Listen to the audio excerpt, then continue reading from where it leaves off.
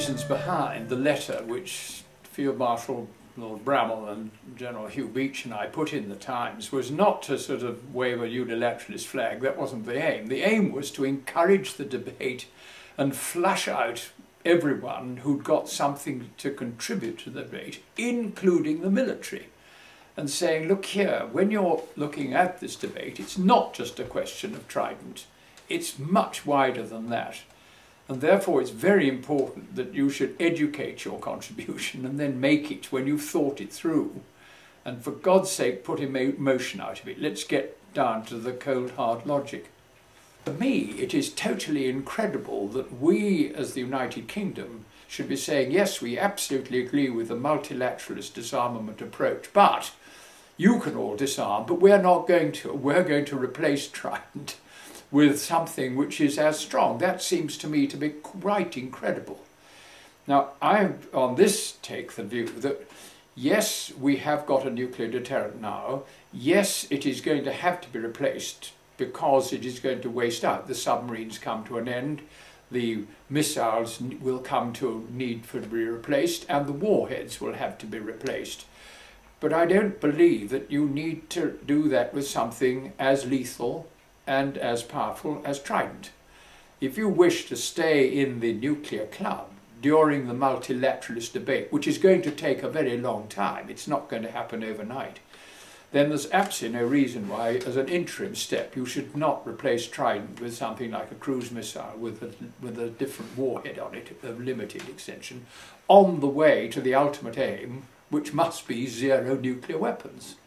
I believe that the time has come very firmly to take the nuclear provision out of the military budget and to put it very firmly on a political budget, which puts the onus very firmly on the politicians, meaning that you can then focus meaningfully on the military resources you need to conduct the military projection of force, whatever you want to do in defence of the nation, in a purely military and not nuclear argument, because it's a distorting one. And it's very unfortunate that the army certainly feels that it has not achieved a fair slice of the cake, and all the talk about things like body armour and Land Rovers and all the things that they need not being there because the budget can't provide it. There's all the issues of looking after the soldiers and their families and so on, which have also not been conducted as well as they might because of the lack of funds. So where do you look for these funds? And they seem to be going still on the Cold War weaponry. The whole debate on the nuclear has moved very firmly to the political arena, which is actually where I think it should be. A scientific advisor to Winston Churchill was talking about the whole question of what are military weapons and what are political weapons. And he described the situation that scientists come up with some great development. They persuade industrialists this is a very good thing to build. Industrialists then go to their members of parliament and say, we would like to do this, and furthermore there's a lot of employment in this. The government then say, yes, we'd like it. So it's bought, and then it's given to the military, and the military have got to decide how to use it. Now, that was a description, and in really how nuclear came, because necessarily on the ground, soldiers who are meant to be holding ground won't necessarily be keen in having it contaminated by nuclear fallout and so on. Well, the debate was never really conducted properly during the Cold War years because the military always seemed to be excluded from it, even taking part in public debate. I never understood this, and I was very glad for the Oxford Research Group and others who included me in debates with people who didn't come in contact in the military, because you were then able to have a sensible discussion around all the other issues to do with nuclear, rather than the purely military ones, which are very narrow. And I think that what's happened, of course, is that since the end of the Cold War, that has come very much to the awareness of politicians. And the question of whether you own them or not has become a sort of macho symbol. And as the power has become greater and greater and technologies increased, the temptation to develop more and more has particularly infected America.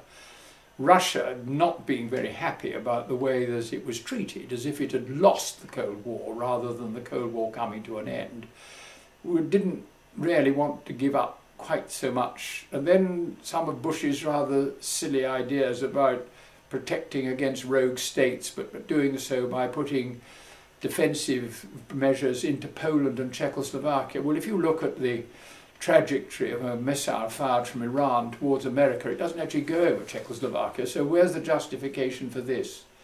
And then the fear of nuclear proliferation by the use of dirty bombs by terrorist groups, the North Korean involvement, the Iranian involvement. America always seemed to conveniently forget that it had actually armed Israel, which distorted the issue in that part of the world.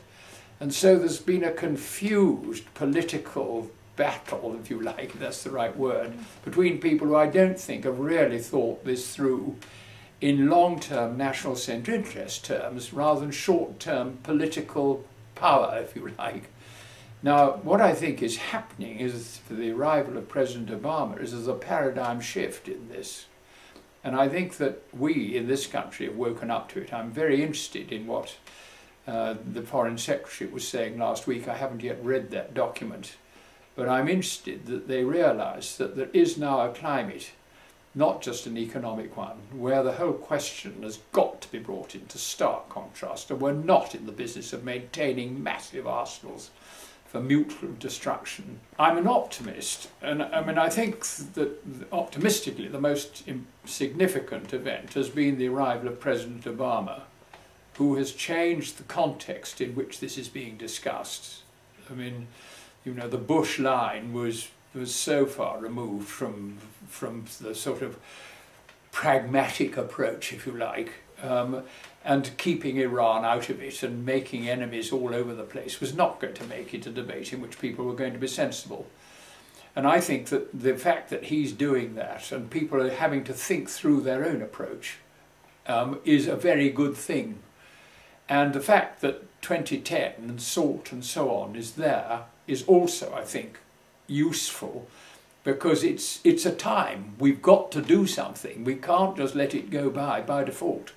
And people have got to get their positions, therefore, thought through for that part of the debate. Now, the point about SALT is that it is actually very firmly in the multilateralist approach. So the circumstances are encouraging, and the timing is encouraging. I just hope that people are up to not wasting the opportunity. But I don't think that anything can happen until they all agree that they've all got to come round the table. And they've got to be prepared to think globally and not just the national self-interest in this. And they've all got to realise that they're all going to have to be losers in the terms of reducing what they've got. There is no excuse or right for anyone to say, well, you can all reduce, but we're not going to. And I don't think that there's anyone on the stage other than President Obama, I mentioned already, who can give the lead to this, because he, as it were, is a newcomer. All the others have been on the stage for some time. And I think that the key is going to be how all these people are going to respond to his leadership.